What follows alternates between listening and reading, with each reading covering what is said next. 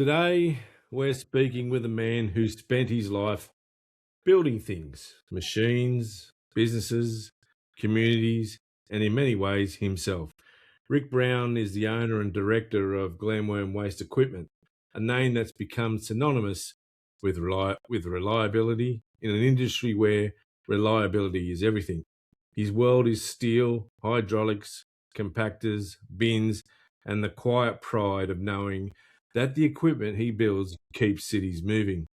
But Rick's story didn't begin with success. It began with bankruptcy, a moment that could have ended the chapter, but instead became the turning point. From that low point, he rebuilt not just a business, but a life, one defined by family, loyalty, and the belief that people deserve second chances.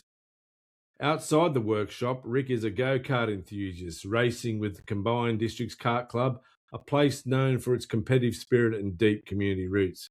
He's been a winner and a place getter in recent months, carving out his own lane on the track with the same determination he brings to business. He's a man who loves to travel, especially to China, not just for deals and factories, but for the food, the culture, the sense of adventure that comes with stepping into a world so different from home. He loves his dog, his bush backyard, and his wife. Not necessarily in that order. He's family first, people first, and someone who's earned his reputation not through noise, but through decades of showing up. This is a conversation about resilience, craft, community, and the long road back. Troy, this is Rick Brown.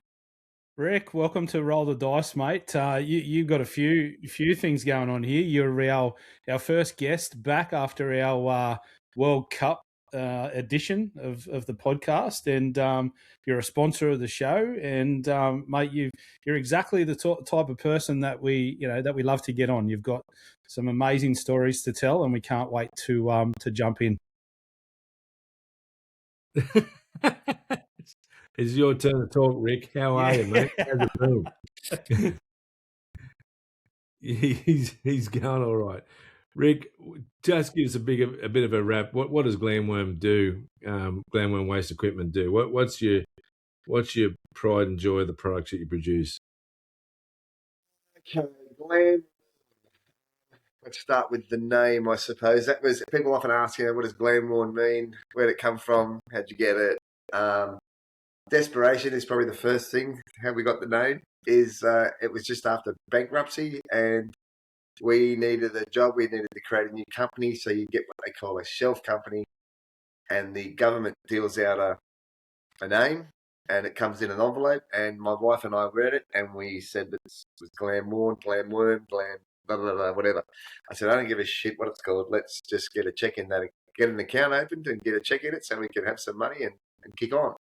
But yeah, as far as Glamworm is probably the most successful company. I've been a director of 3 different companies, and Glamworm's the most successful. And it's with a passion for waste compactors of all things, man. Yeah, loved them from the day I met them. To build them, to make them, to watch them evolve to where they are now. It's crazy. Back in the mid '80s, I started working for Casey Smith, a company called Casey Smith Engineering, Graham Smith and Colin Casey, and yeah, we started building some of the first compactors in the industry back then, and there's still a few of them running around today. But you come across them every now and then. But no, they're a cool thing, and how they've evolved and changed. Yeah, it's pretty crazy. Been a long industry. But, yeah, that's good, mate. We I've had a lot to do with yourself, and even go back to Graham Smith's days. And I can attest to the fact that the quality of equipment and the reliability of the service, not only for the equipment. I mean, machines break down, trucks break down, all things break down. It's just the nature of the beast and then the nature of work. And Troy, you've worked in the industry as well. You know exactly what we're talking about. So yeah, 100%. And it's a very competitive market, especially now. Yeah, There's one thing about waste when you do get in it, mate. It really sticks with you, doesn't it? it does. Yeah, hard to get out. Yep. It really is. And I still say that to people now. Once you're in it, mate, pretty hard to get out of, because it is. Even at the moment, I think that we are. The economy's there. You talk to great people to talk to are my steel suppliers. They say, they ask me, Rick, how's it going? How's business? I go, yeah, it's busy. Of course, it's busy. If it's not busy, I don't bloody eat. Mm. But I say, what? And they go, oh, there's a lot of people that it's quiet. And what do they do? They're a frame manufacturer for housing frames or whatever. But the waste industry has that resilience, man, to push through, pandemics, recessions, all these sort of things. All of us sitting here now know that, how constant the waste industry is and resilient it is to all aspects of financial, whatever. It pushes through. It always pushes through. It's always busy. Yeah, no, it's a great industry to be. It's a great industry to be a part of. It is hard to get out of your blood. I'm just over 30 years. You're pretty much the same time. Troy, you spent about 17 years in the game and still around it in a way, because you know what else is going on out there as well. So Still hear an echo, mate, and shivers, right? Yeah, the exactly. of the when a waste truck's in your street, don't you? I used to sit in my old office in Carroll Park, and the garbage trucks would come in, and without even looking, I'd be able to tell them exactly the model and even what even what colour the body was going to be, whether it was a Cleanaway or a JJ's or a Veolia. They certainly have a ringtone, don't they? Like you can hear them. They certainly do, mate. They certainly do. All right, we might get stuck into it. We might roll the dice and get amongst some curly questions for you, Rick. And you said there was no-go zones, but I think there might have to be a few no-go zones from a few things that we've been involved in. But but we will roll the dice. And first, roll the dice. I have to make a big apology to Track Intel over the last few weeks. I've had a bit of fun. Any publicity is good publicity, but Track Intel, it's a wonderful service. It's a sponsor of our first number. We actually have some wordage, and I'll read out what Track Intel is all about. Mr. Track has sent this in, Paul. Is that right? The what? Mr. Track himself. The number one. Mr. Track sent this in. I'm not sure who Mr. Track is. I might be looking at him, but I'm not sure who he is. Look, from Mr. Track, he's actually sent this. He says, look, the future of racing selections is here. Track Intel combines racing data, track patterns, and smarter analysis to identify opportunities traditional form guides can miss. It's beyond form. It's into intelligence. That's Track Intel, and I love it, mate. That's amazing. I had to do that. Yeah, to pick a winner, yeah. Yeah, 100%. It picks plenty. And we got to say, that's the thing. You win a few, and you can lose a lot more. So we can't actually say that. We can't say any of that. Where it's guaranteed it's going to pick this. We can't say any of that. It's there to help you if you're at the track and you just need a hand. Just have a look. I thought we were supposed to say the gambler responsibility moniker. Weren't we supposed to do that? You have to, but there's actually a formality around how we say it. So we'll have to practice that, even though we don't do that. I've done it again. See, next week. Track Intel, sponsor of our first question. Our first question is number 5, Rick, and it probably stays with what we were just talking about. Glamworm has become a trusted name in waste equipment, and that comes from reliability and just exceptional service. But what's the one thing people still get completely wrong about what you do?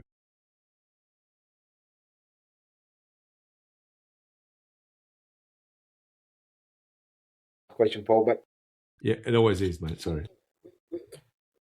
When I first went we worked out of a shed on this gentleman's yard, and he had quite a big farm. It was on Memory Road, and acreage, man. Anyway, and he had this big shed, and we were out the back, and because the rent was cheap, right? It was $2,000 a month, so we looked after quite a few corporates out of there. Me, Sean, and a couple other guys tops. But anyway, when you say the question was, what do people get wrong about what we do? They were Muslim people, lovely people that owned the property, and what we used to get was other people come past and say, "Do you sell goat? Do you sell sheep?" And next minute, you go, "What? Does it look like I sell fucking goat or sheep?" Fucking world in the hand. Anyway, and then we're out the back one day, and next minute you hear this fucking bang, and all of a sudden I seen you could tell something hit the shed hard, and they're all out the back there, and they're killing these, they're shooting this cow, and they're all standing around facing it north or whatever they do. But yeah, so that guy didn't get us right about what we do. But look, What year was that, Rick? We're about what time was that? That would have been in. I was just after Bankruptcy, so that's 2011, 12. Yeah. Okay, yeah. So, mate, so what you've done in 15 years to build your business to where it is. I mean, you've got clients, at the level of Violi and Ramondas and Cleanaway and JJ's and JR. We're not trying to reveal what you do and don't do for them, but you're with some of the leading businesses in the waste industry. Like, you've got to be pretty proud of what you've achieved in the 15 years. Yeah, look, I mean, in my whole career, I've working in the waste industry, I'm very happy with what I've done. But it's a hard game, and we've all got a big problem of getting staff and that. It's very difficult to find, and that doesn't matter what industry, and I suppose everyone has the same problem. But no, yeah, very proud of what we've done, and without like my wife's a great asset. She's and a partner, so she's done a lot since she's come on board. She's not stupid. She's done a lot, admin wise, which is not me. Swing the hammer, love it, but yeah, and look after the staff on the floor, which my son helps me with. He's been with me for all that time since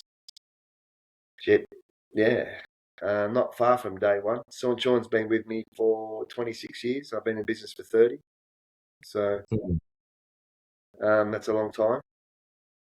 But some days, yeah, he has enough. But we do it. But it's a cool industry. I love it. I do love it, without a doubt. It's great. So you got, you've been doing it for a long time, and we're all from the waste industry, and we know how they can be with money and things at times, and always looking to screw people over. Mate, how did you obviously deliver a really good product? How do you continue to do that, and particularly as the economy and the environment changes all the time? How do you guys stay on top of it? Yeah. Look, you sort of pick your battles. There's certain companies doesn't matter what they promise you, I don't work for, and the only reason I do that is because I've been bitten by these people, which can help you go through the bankruptcy process. But it's that the corporates are always pretty good. For like you see, your question was, how do you manage to keep keep working with them when they all try and penny pinch, but at the end of the day, it becomes to a point where there's nothing. Okay, you can penny pinch, so anyone can do that, but it comes to a point where everything starts to stop, and then all of a sudden they're up shit creek, and they need this bad boy going. So, but you hold your price. I mean, I don't drop. I try not to drop the price. I try. I'm a terrible quoter. The amount of times I underquote more times than I make a profit. Fucking terrible. I give it to my staff a lot of the times. Like Sean, Gilly, a couple of staff I've got that are pretty good at it. I just go, yeah, quote that up because I just think you think like when I was young and on the tools, yeah, I could do that in 6 hours, When in actual fact, it takes someone who doesn't own the business, who's not, focused or keen, takes them 12 hours to go. Oh, fuck. Yeah, right. Okay, but look,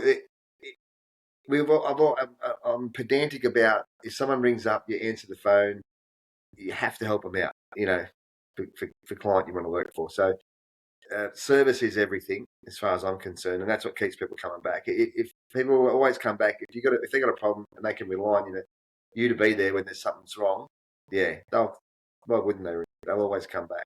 As where other companies, like some of the corporates that not to be named, I would imagine, you can't ring them. You have to email them. You have to, you can't just, yeah, you might not get a response for 10 hours, and that's in some cases that's just not acceptable, man. Yeah, and I think that's where a lot of businesses still go wrong. There are still plenty of people out there that love that face-to-face, that family feel about dealing with people, right? Yeah, peace of mind too. If you've spoken to someone, he said he's on his way, Yep. yeah, okay, here we go. Someone's coming. Terrific. Yep. And today with which is great, is like with FaceTime and that now. It's a pain in the fucking ass, but it enables someone with my experience, and I'm not trying to blow my own trumpet, but it enables someone like me who's seen these problems before to be. I can send one of my junior techs out to a breakdown, and I can be there with him, and have a beer while I'm doing it. But like, yeah, but I can, I can say, yeah, of course, yeah, of course. And that's just triple. Never during work, never ever. Yeah, no, it's not a good thing, not a good mix. Yeah, but, so the industry's evolved, and so have you. Even though at the end of the day we're all just wasties in the end, but the industry's evolved. Like you've certainly evolved with it. Like the ability to be able to travel the world, and we will get to that, but travel the world and at the same time stay in touch with your business through that technology is paramount, because you're able to get to the coalface of supply and at the same time still be running your workshop, which is pretty. It is good. There's no way you could have done that 15 years ago. No, yeah. I mean, now even like you can, on your phone you've got, I've got 10, 15 cameras in the workshop, whatever it is, and I can see every corner. And if you're overseas, you can bang over, look, what's he working on? Why is he working on that? Hey, Sean, what's going on? Why is he working on that? I can see he shouldn't be touching that, So that can just send a little alarm off, and then all of a sudden you can avoid a catastrophe. As where back in the day, you come back, and I can remember once we went overseas to an expo in, I think it was China. The guy it was a job. It was about a $40,000 fucking job, and we had to reline one of the push pits in one of the transfer stations for back then Suez, and I get a call from Sean. I'm about to walk into this expo, all excited, ready to go, and Sean goes, "It was pit 4, wasn't it?" I said, "What? Pit 4? No, pit fucking 5." Oh, no. And he goes, "Oh, we finished it." I went, "Oh, fuck." So he said, "I didn't think the floor was that bad." Anyway, and and I'm just about ready to go. And, you try and focus on anything after you realise you've just burnt fucking 40 grand on a fucking job. But anyway, yeah, happy days. But all right, we'll roll the dice because I don't want. I want to go to happy times for you. We've rolled a 2. We've rolled a 2. Number 2 is brought to you by Glamworm Waste Equipment. So what a wonderful company they are, being able to support our wonderful podcast. So number 2 is when you think about all those trips through China and the other countries, the deals, the food, the noise, what's the sound that brings it all rushing back? What makes you happy thinking about China and such? China it's the price of shit over there. I mean, and this is still a thing that I try and when you start talking. Talking to all these people, like at the expos and that, and you say, how much is this? And they go, they tell you, $1,000, you work it out, it's $1,000 Aussie, whatever. You think, no way. You know what you're paying for it here, and you think, how can they do that? And then, but like they're not living like poor people over there. You've said it, Paul. Like they live quite well. They live. And how they do it for the price, I don't know. But they don't live like kings, but they live reasonable. They have a lot of time off, a lot of public holidays and stuff. But I love China for that. And the problem with it is China. There's a lot of old. I mean, I can remember as growing up as a kid, people say, "Oh, it's Jap crap. Don't buy Jap crap." Now anything Japanese is considered to be, up there. But and then you go with and Chinese still has that badge attached to it, but if people look around and they're looking at it, just about everything that you look at now is made in China. There's what isn't? It's just finding the good suppliers over there and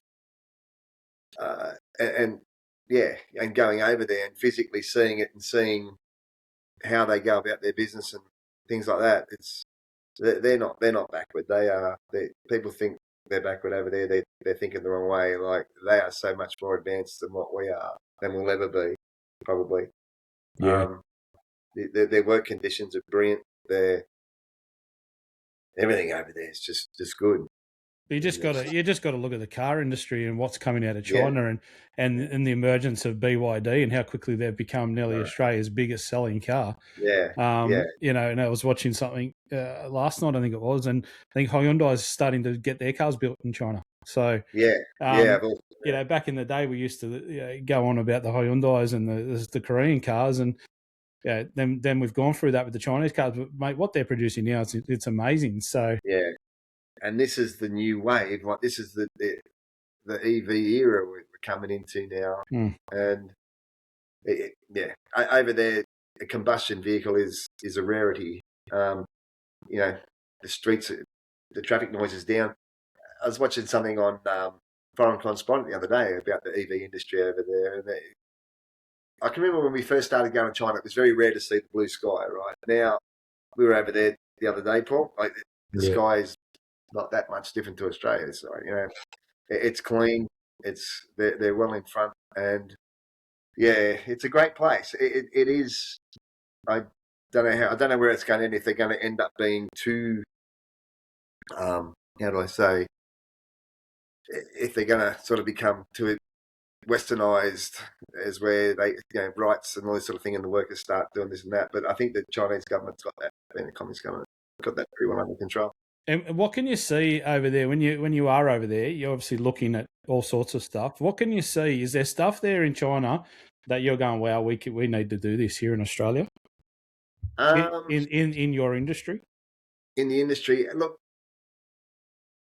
what they do is the Chinese are very. I'm not saying they're not innovative people. They are, but they are very good at looking at something, taking a photo of it, coming back, and then building it. As far as being innovative in the waste industry, a bit like the food hydrators that we're looking at, Paul, like dehydrators. They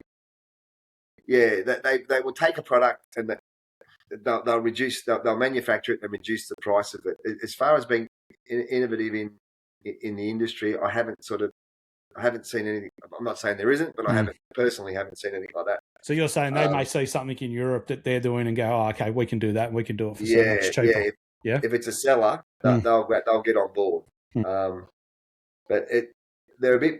When I say they probably are a bit behind in that as far as being innovative in that sort of area. But I think persistence. I think persistence is their main value. I think persistence in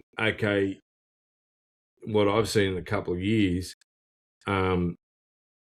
they can look at a product and persist with it and then perfect it, and then all of a sudden you've got a competitive product that strips the European prices by more than 50%. Like that's that persistence, and they know, and they have the confidence. The persistence is backed by confidence, and the confidence is backed by the fact that they can do it with the labour, knowing that they're looking after that labour, and that labour are living quite well. And we know that the infrastructure in China is off the planet when you've got train lines going to places that don't even exist yet. There's so much land out there for them to grow cities, and they'll just keep at it and keep at it and keep at it. I'm not scared of China in any form or manner, especially on equipment, especially on machinery. And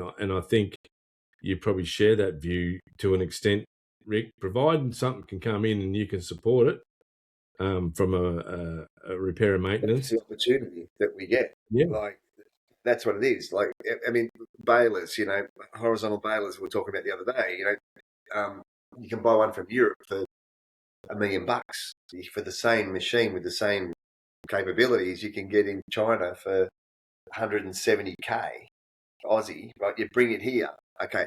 But the problem is, people like your corporates won't buy it from them because they've got no backup. So, like, okay, we'll bring it in for you. Bang, there it is. We'll back it, mate. We'll back that bad boy 100% all the way. But we've got to make a markup to cover us. But, and the opportunities are there in the current environment, especially when in the waste industry, private equity is starting to make its inroads into the industry. And are they around for 25 years? Are they around for their shareholders for the long haul? No, they're around to turn business over and over and over and sell it to the next private equity group. So do they, when it comes to capital expenditure, do they need to invest in something that's going to last 25 years? Or do they need to expend in something that lasts 10 years for a quarter of the price? To me, it's the latter. It's got to be. And on that basis, and if the only risk is, we don't know if we can get parts, well, Rick just said it. You can get parts because Rick's the supplier. You're not dealing directly with a supplier anymore. You're dealing with people who can actually back it up. Yeah. And you can get them so quickly. All right, trust me. I'm out of the waste game. I'm in the freight game again. Mate, the stuff that we move and how quickly you can get it around the world, it's incredible. Yeah, it is. It's off the scale. Yeah, it's not. All these things have evolved so much, But which is cool. Yeah. All right. Cool. Well, that's great. I mean, I'm looking forward to getting into it with the Chinese equipment. Yeah, and we'll reveal that more down the track. That's a good plug for China, and for that the fact there is a reason why companies like Glamworm will back it. Not saying you won't back anything else, but it's certainly an option.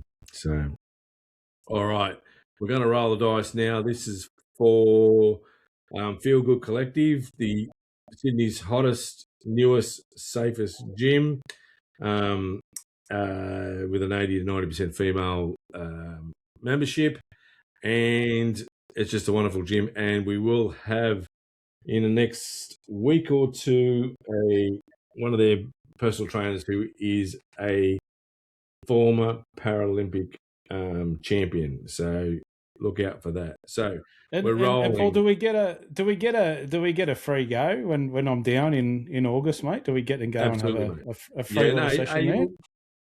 Yeah, we'll take a.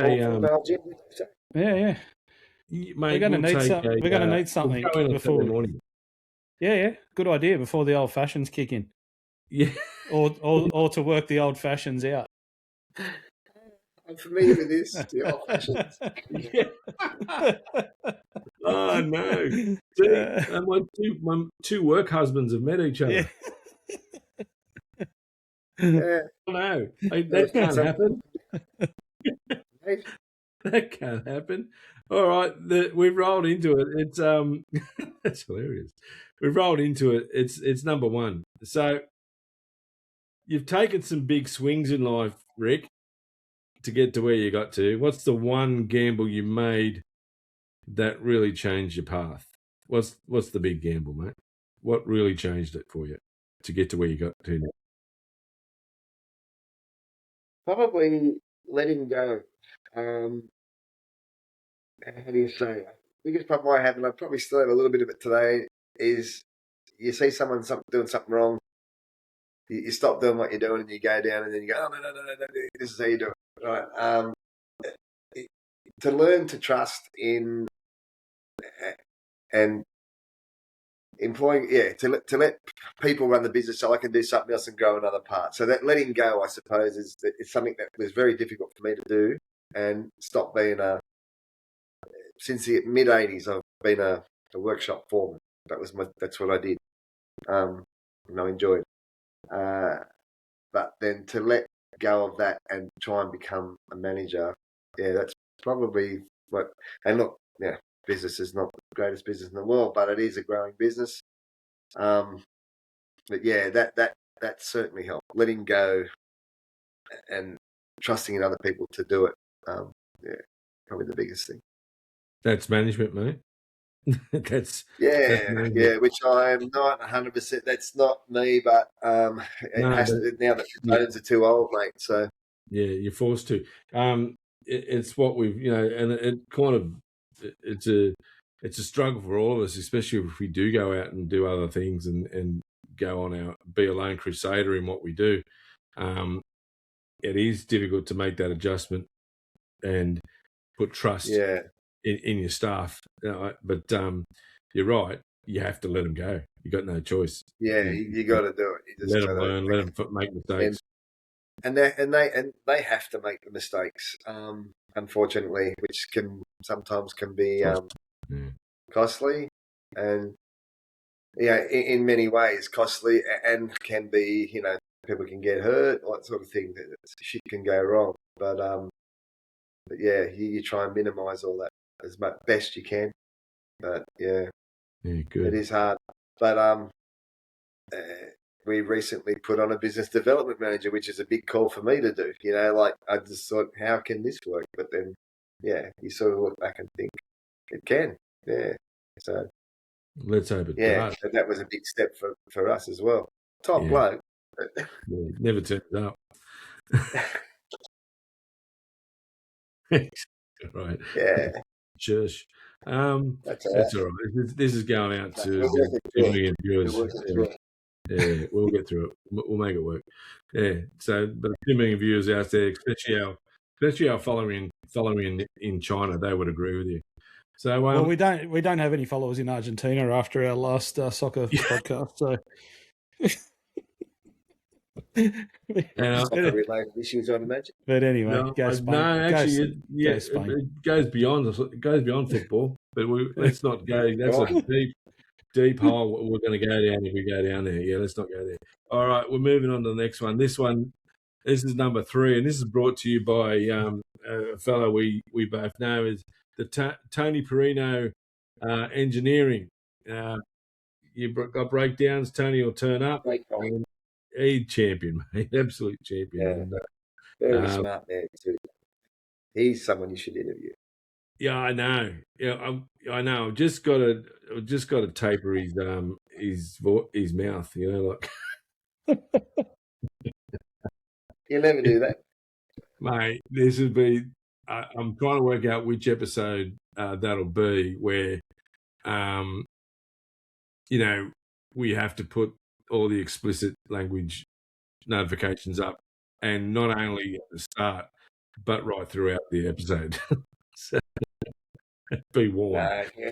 We're all a bit hard towards that these days, mate. It's not what it used to be, but what a great guy. What a great bit too. No, he is a champion, mate. He just leads so well with it.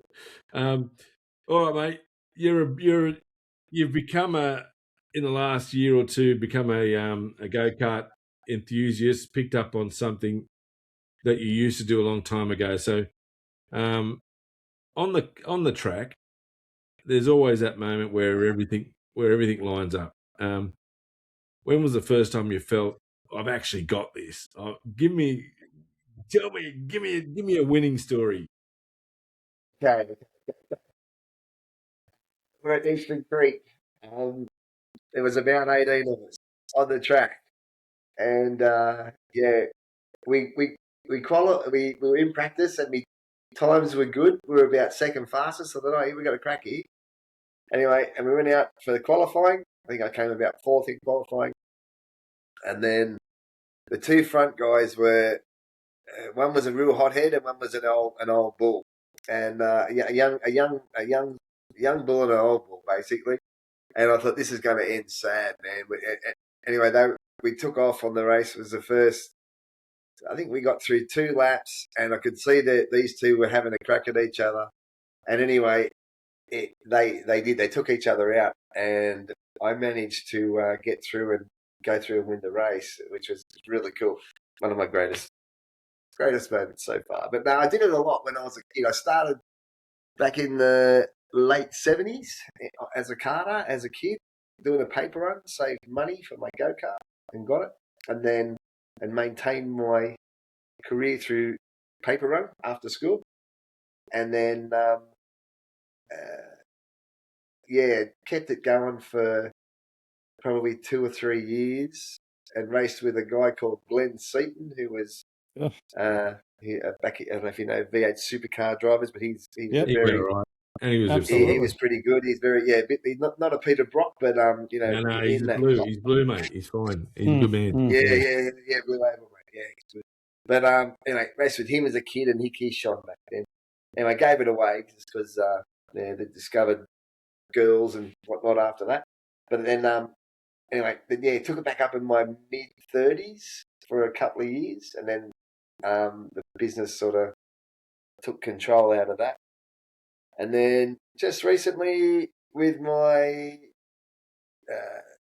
1/2 grandsons, my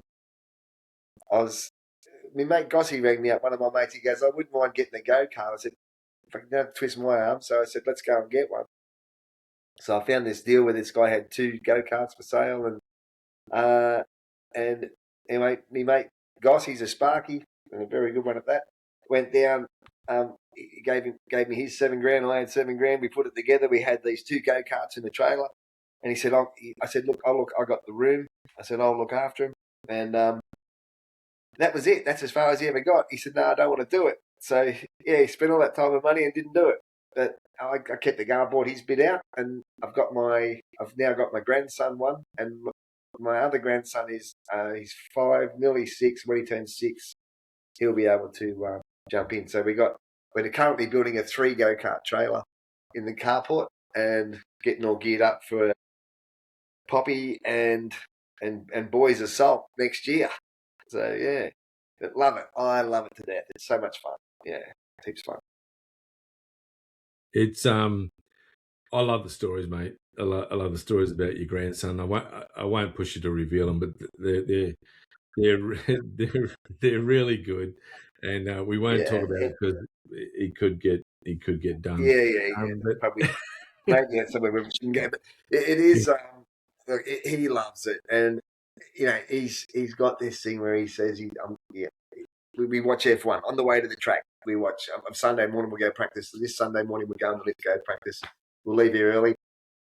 There'll be an F1 on. I forget where it is this Sunday, but we watch it on the phone in the car. Well, we don't watch it in the car because I'm driving, but we watch it on the way down there, and when we get there, and he's hell bent that he's going to be an F1 driver, without doubt.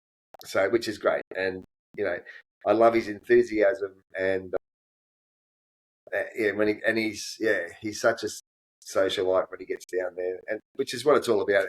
Karting teaches the kids so much. It's got the karting side of things is not. It's a lot, but it's not everything. It teaches them how they can't always have what they want. They can't win. They can't. You can, but you got to give it. And you got to give it a lot to get something, and then you don't always win. So yeah, you don't always. Some days are shit. When things break on you, or you might get taken out, that's part of life too. that's how it happened. So it's really good Did for you did you get to watch the F1 movie with Brad Pitt? Not yet. I'm saving that for a plane ride somewhere, Yeah. and I haven't seen it yet on a plane. It's probably China Eastern, mate. Yeah, You yeah. get- And you got only to get get one. to get I a think it's screen still first. like Yeah. yeah. Well, yeah. You get what is it? The unlimited Chinese movies, but you might get you know, not Pulp Fiction. You'd be too lucky to get something that good. But two really old Hollywood movies, and that's it. Mm, Yeah, which yeah. I've seen a few times.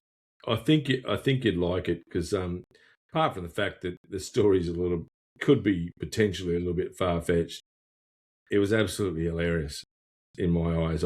It rammed home what it's just like any other sport. Like Yeah, you can intentionally take people out. You can cheat the system. You can do whatever you like yeah, to make sure your partner wins. It was a great. It reminds me of the 1-2. The 1-2 with Moffat and Bond. yeah, Like you do whatever you can for the team to win. It is an yeah. outstanding movie, Yeah, irrespective of right. whether I see it. Yeah, irrespective of whether it might be a little bit far fetched with some of the storyline, but I absolutely enjoy it. So anyway, you just reminded me of it. I will get to see it. I will get to see it. Have you had to do any fitness regime to make karting a little Yeah, easier? hell yeah, yeah. No, when I first got it, I was 100 about 104 kilos, and I had to get down. So I got down to make weight. I got down to about 90 to 91 kilos. So I did that by taking my beautiful lab for a walk every morning at about 5 a.m. in the freezing cold. And we got this pass. It was about 4 or 5K track that we walked every morning, weekdays, and then no eating lunch, no breakfast, no lunch. So it was dinner. And it was like, but anyway, it didn't take too long. We got the weight down, and yeah, and look, to be honest, mate, I feel so much better. Like I dropped a fair bit of weight, and just yeah, but I'm still fucked when I get in. I go out and have a run, and I'm rooted when I get in. But some of the tracks are harder than others. But, Eastern Creek being one. I think we cracked a couple of ribs there once. But look, yeah, and it's sort of like we could all lose, do with the losing a bit of weight and a bit of regular exercise. But yeah, just made me do it. And it was a little bit of a bonus, that. Yeah, but it felt good. I thought, wow, this is cool. I should have done this a while ago. But now I think I'm starting to creep back up a bit now because they've got this new restrictor you can put in, which allows me I had to actually put weight on my cart. But fuck it. Just eat some more, mate. Why put it on the cart when I can put it in my stomach? Yeah, so yeah. So the plan with it, Rick, is it to bring the grandkids into it and support them and do a bit of travel with those guys.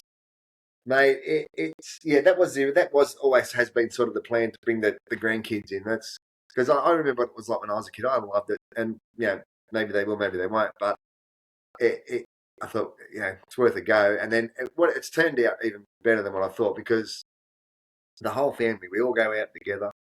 But we run Orange, so that's a 2.5 hour drive from here.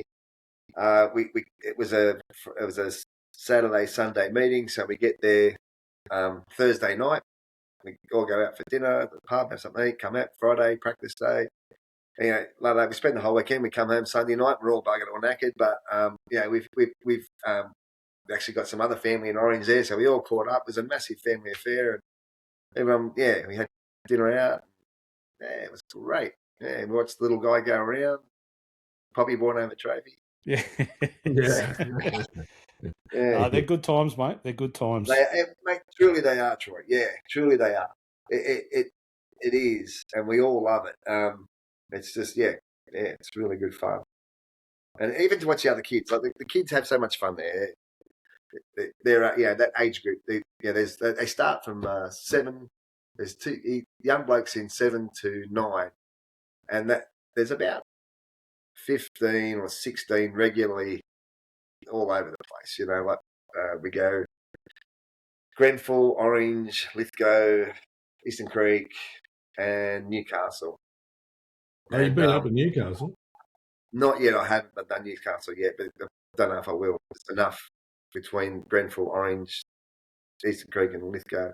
You'll have to get to you'll have to get up to the Port Macquarie track too, mate. There's I would love to, sir. Yeah, I would love to. Yeah, they do a few good events up there. Yeah. So, but it's just good that the family gets together and we had a great time.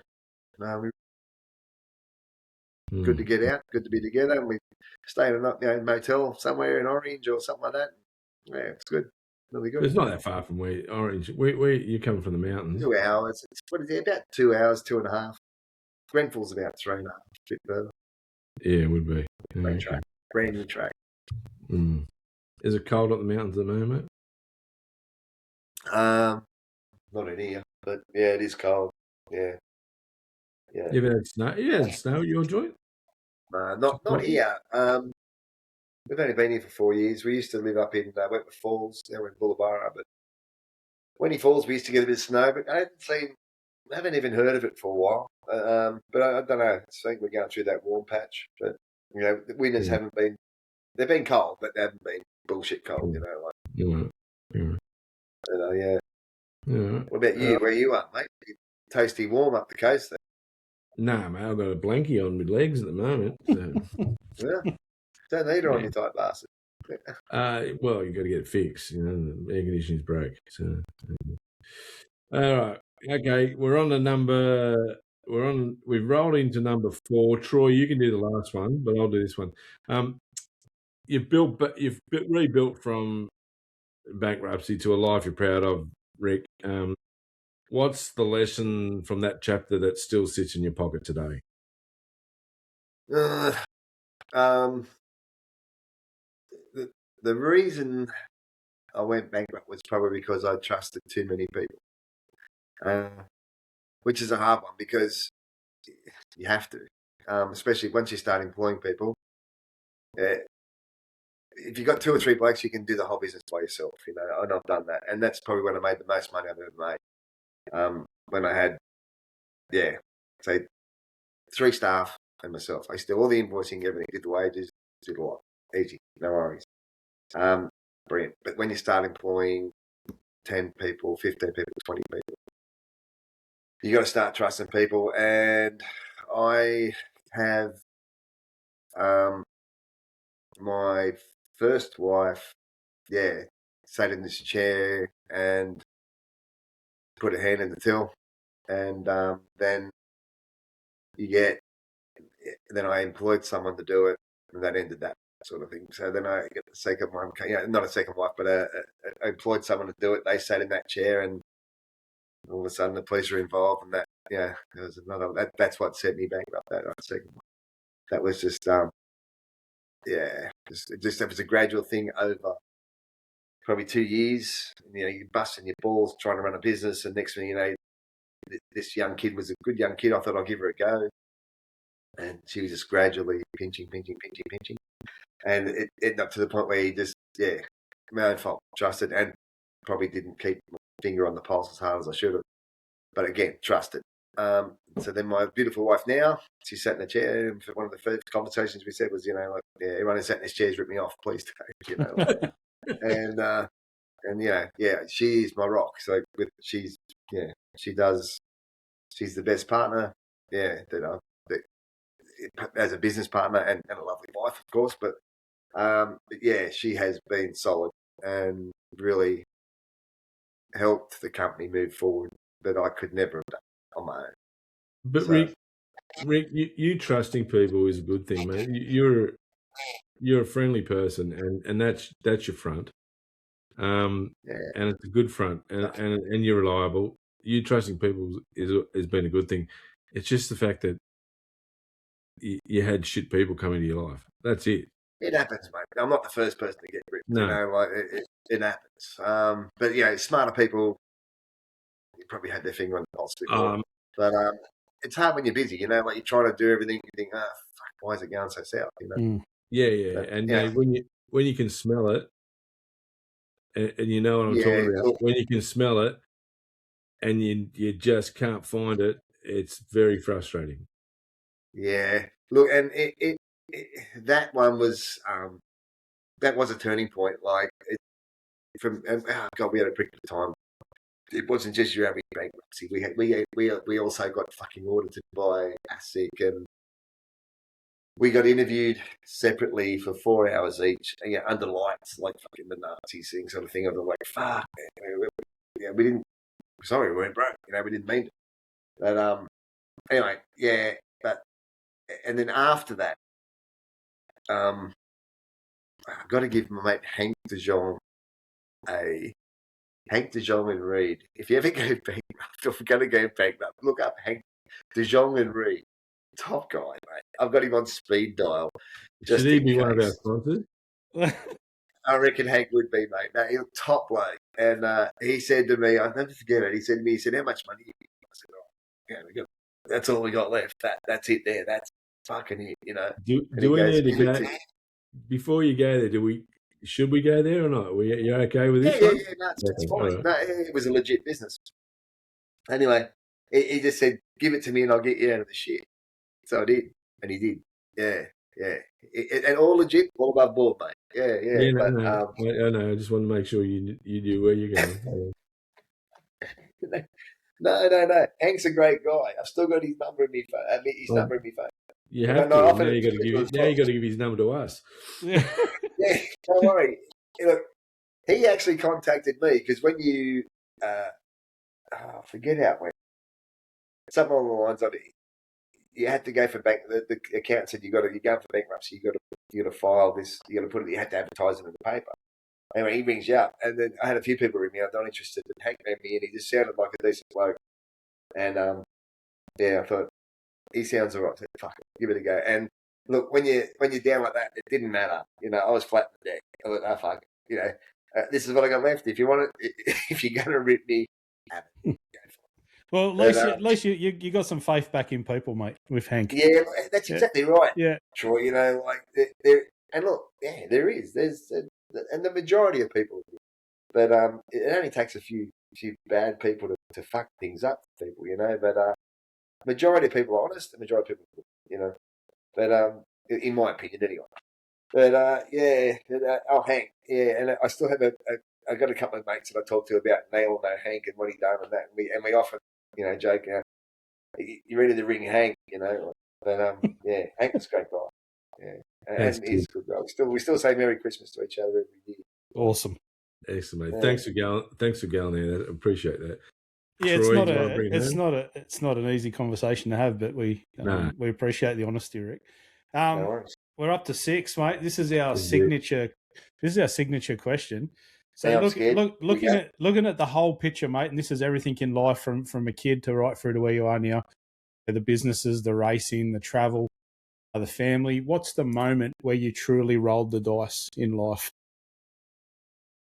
Rolled the dice, as in took the leap of faith. Absolutely, yeah, mate. That'll do. That's whatever you interpret it as, mate. I suppose when I very first started, I worked for this mob, Casey Smith Engineering, and I worked for them for 9 years and 11 months. And all I had to do was stay one more. And this was under the impression I had at the time. Well, if I stay for 10 years, I get long service leave, right? And never took many holidays anyway. But this opportunity came up for JJ Richards to do some work. He said, "Come over now." I said, "Yeah, all right, I will." So I pulled the pin. But fuck it, I'll make more money working for this bloke than worrying about getting some long service leave. So yeah, that was it, and that was it. I sort of just I thought nah, we're out. Yeah, fuck it.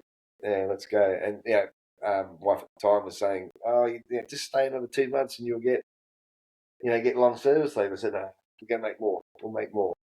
We did. Yeah. Yeah. It took you there. You went through it, and here it spat you out the other side. So it's good. Yeah. It's still a hard one. Like, I mean, yeah, I'm never going to be a millionaire out of it, but not yet. it's I enjoy the I enjoy the industry, to be honest. That's to me that I love the waste industry. It's fucking unreal. The amount of change I've seen over the years, it's off the scale. Like from the '80s to now, you would have seen it, Paul. Like it's just Crazy. And yourself, Troy, being Yeah. at the age. Yeah. From the moment I walked in the JRs in 2006 to when I left in Jesus, when did I leave? 23. Things changed dramatically in that period. So, Recycling and that now. Yep. Even like when mini skips came in, fuck me, that some American come out and had come up with the concept of the mini skip Morel truck, right? Fuck, the amount of mini skip bins we make. Fuck me down. Well, that bingo. Yeah. Bingo now. You just get orders of 50 at a time off these companies. Yeah, no, it has been crazy. It's just it's a hell of a ride, Rick. And the good thing is that we're still there. We're still surviving. But now, and and there's a few of us around, and funny enough is that everyone that I'm still talking to, I only spoke to Lisa Rawlinson this afternoon, and not sure if you guys know Lisa, but I've known her for just as long as I've known you, Rick, for 30 years, and Lisa's going to come on the show in a couple of weeks' time as well, and like Lisa, yourself, there's quite a few around that you ring every now and then, and you still haven't struck gold with them yet. Yeah.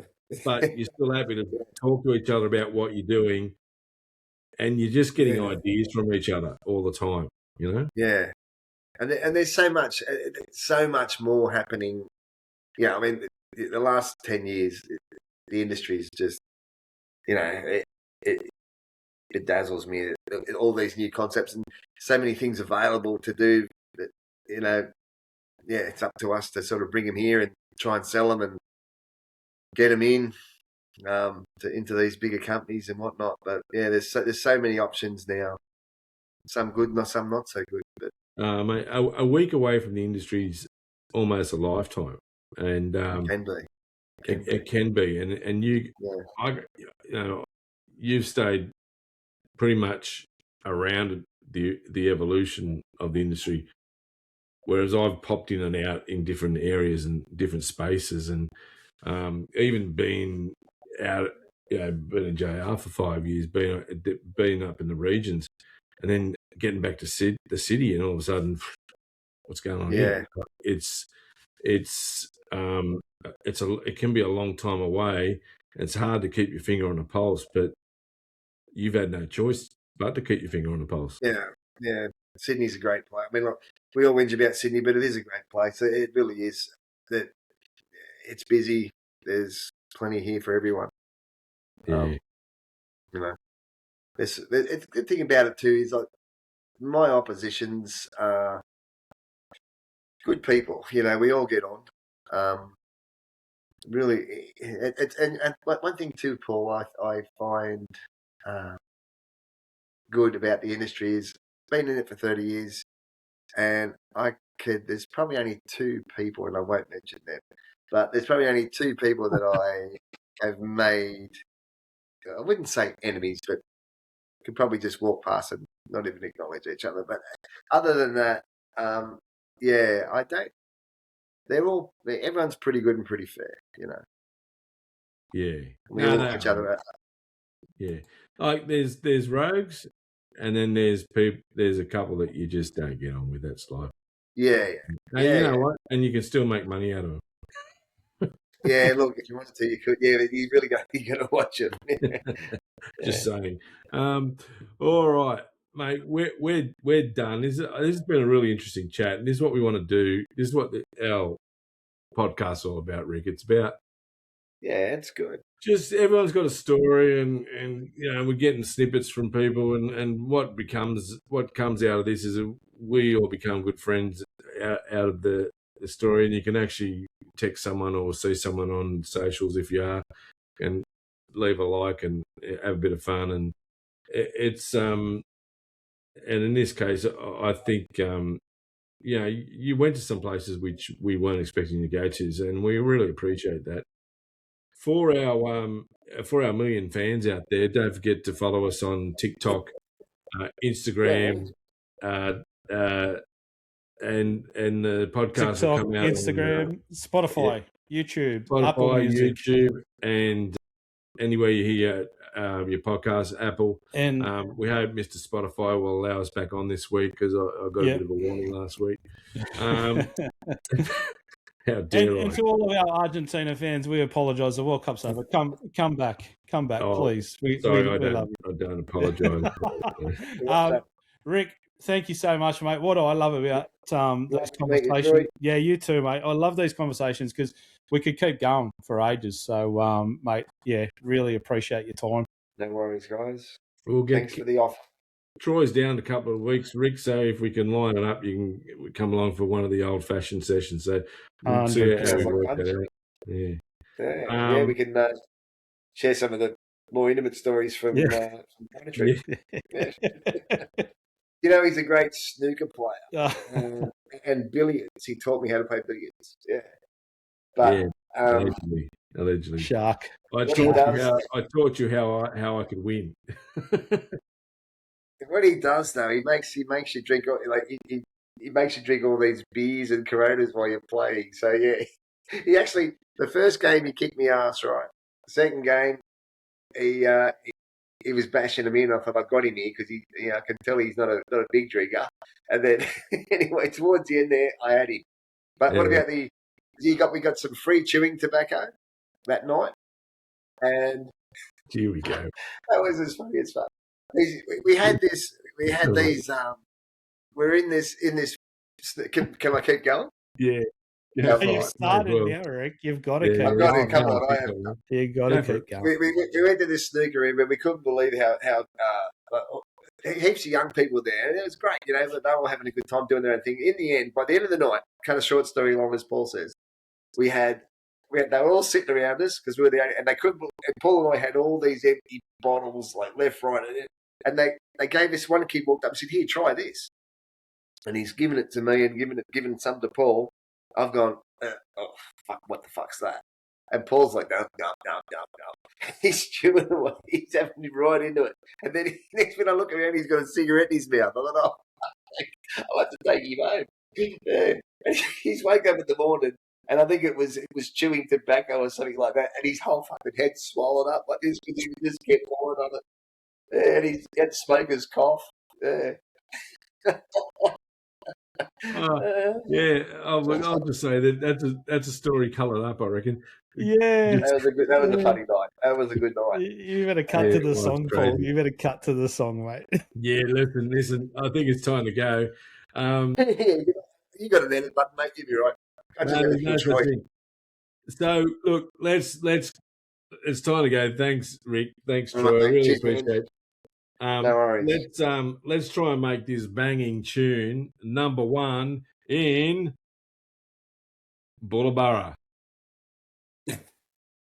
There's no one here.